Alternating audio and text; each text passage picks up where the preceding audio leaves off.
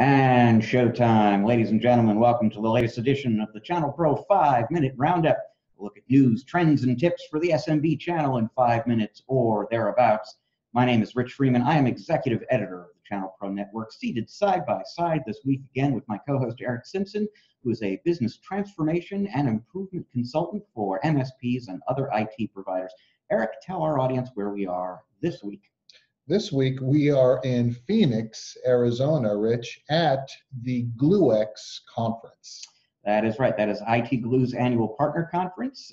Technically speaking, this is the third year they did it. I guess the first year they did it in Vancouver. It was in Phoenix last year, and again here in Phoenix this year. Gorgeous hotel. Very interesting event. But we're actually not going to be talking so much about IT Glue on this episode of the show. Next time, maybe. And you know, IT Glue is owned by Kaseya, a big managed services software company, and we're going to be talking here about Barracuda, which has its own play going in the MSP market. Now, early this year, you will recall, Barracuda, which is best known for security and backup products, purchased Managed Workplace, which is actually one of the oldest RMM products in the managed services world. It was originally created by an RMM pioneer, Level Platforms. Level Platforms was purchased by AVG back in 2013. AVG was bought by Avast Software, a security company, in 2016, and then early this year, Avast sold Managed Workplace to Barracuda.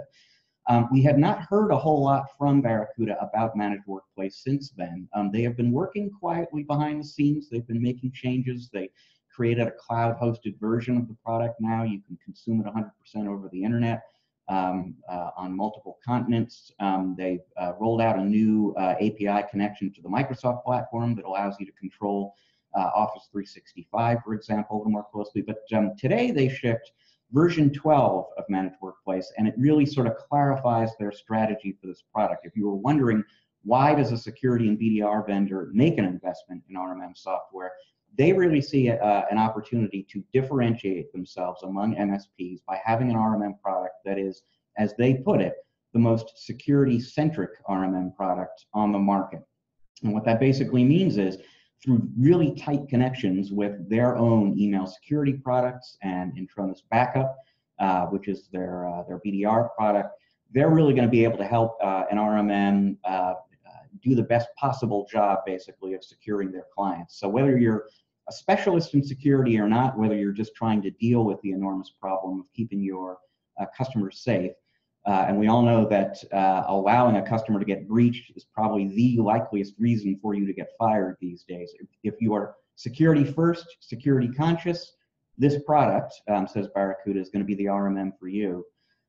What's interesting, aside from that, about this is that at a time when companies like Kaseya and Datto and ConnectWise are building out these suites of managed services software, Barracuda has pretty much indicated that that's not really the direction that they're going. They don't have an interest in creating PSA software, for example, and getting into operational tools.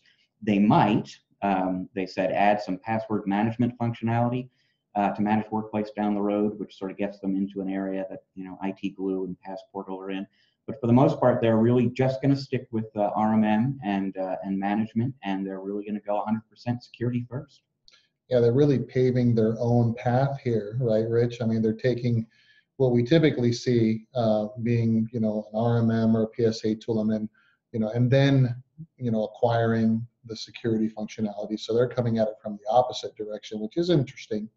And I think it makes a lot of sense from a marketing and positioning standpoint to be able to say, hey, we are security first, because as we all know, there have been more than a few breaches of MSPs this year, and some of those through their platforms. And you mentioned, it's the fastest way to get fired from a client by allowing a breach to occur. I would argue, and worse, right? So there's the legal aspect of that as well. So it'll be interesting to see how Barracuda really leverages this new additional update, because I'm really not seeing a lot of marketing from them from the RMM side of the house. So it'll be interesting to see how their marketing strategy evolves over time. Agreed. Yeah, I'll be waiting to see if they're a little louder about the product now, now that they've gotten to this major milestone kind of a release. And you make a really good point, an interesting point, which is, Barracuda is not the only RMM maker that's interested in security right now. I mean, ConnectWise made a huge deal about a security strategy at their IT Nation event last November. Kaseya, certainly they bought ID Agent, and they've got a big security push going on. But the difference between those companies is they are managed service tool makers that got into security, and Barracuda is a security company getting into managed services tools. And I'll be curious to see who has the edge in that. We will see. Well, it is time for your tip of the week, Eric, which has to do with metrics. Yeah, marketing metrics to be specific. So here at GlueX, I was invited to speak on a panel all about marketing. And I thought it appropriate to talk about what do we measure when we're doing marketing. You know, a lot of partners are afraid to market. They've tried things before and have spent good money and not really seen results. And you know, there's all kinds of, you know, reasons why that might happen. But, you know, when we are going to be intentional about budgeting for marketing, I first like to think about what is the outcome that we want to see? What will make this marketing strategy successful? What does success mean? And then once we identify what that means, does it mean, you know, appointments? Does it mean conversions to revenue? I mean, what is your ROI? Is it, and it may be different for different partners, right? Your marketing strategy may simply be a branding strategy at this point, but no matter what it is, I would encourage you to identify what the metrics are that you're going to measure to then be able to evaluate the return on that marketing investment, whether that be money, time, resources, etc. So, you know, think about that. So if we're looking at, you know, appointments, right, lead generation, what are the metrics that we would be identifying? So first of all, it would be however many marketing touches we're doing. So what is in our campaign? Is it email marketing? Is it social media marketing? Are there call downs? Is there direct mail as well? We want to measure how much of those touches we are executing. And then from those, how many appointments are set? And then from the appointments that are set, how many proposals are generated? And from those proposals, how many actual sales close? And then what is the value of those sales? So now you can use a very simple formula to identify what's working and what's not working. Did you, hit your goals? Did you miss your goals? Did you exceed your goals? And then you can tweak and tune along the way, but at least you have a formula to start with that takes emotion out of it and gives you an objective set of data to evaluate the success of different marketing campaigns. And you may, find that some events just aren't, don't deliver the ROI that you would expect. So you do less of those and more of these other things. So it's kind of, you can't manage what you can't measure. And marketing seems to be kind of an elusive kind of art and science to the MSPs, Rich. Yeah, no, and what's so critical about what you're talking about there is you can't measure metrics unless you have objectives for your marketing. And that right there is an important part of the discipline, is to go into a marketing campaign knowing exactly what it is that you're trying to accomplish. And then, yeah, absolutely, measure results as you go along. That's the only way, like you said, to know if you're getting ROI, but it's also the only way to refine your investments, basically. If you're experimenting with different techniques, if you're being rigorous about measurement, you're going to know what works and what doesn't work and where to put more of your dollars and fewer of your dollars. Very well said.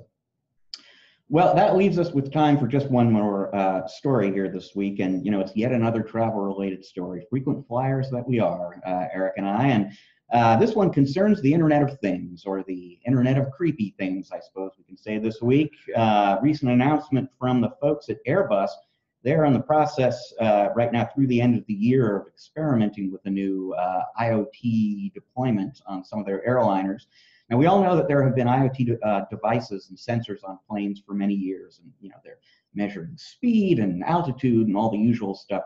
Sensors now for Airbus are coming inside the plane as well, all over the plane, inside the overhead cabin and the seats, the seat trays, are all sorts of things that they're going to be able to track to serve you better, including in the bathroom. Yes, that's right, folks. Airbus is putting IoT sensors in the bathroom.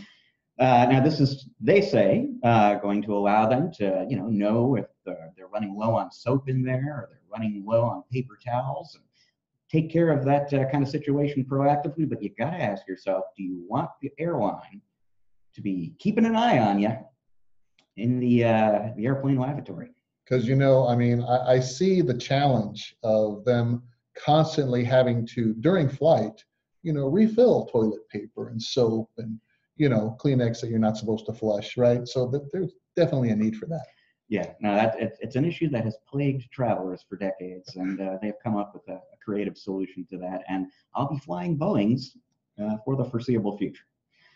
Well, that is all the time that we have this week on the ChannelPro 5-Minute Roundup. Thank you very much for joining us. If you like this show, you want to take a look at previous episodes, keep up on the new ones as they come along, you want to go to the ChannelPro Network channel and subscribe to that there, and make sure you click the little bell if you want to get notifications about new episodes.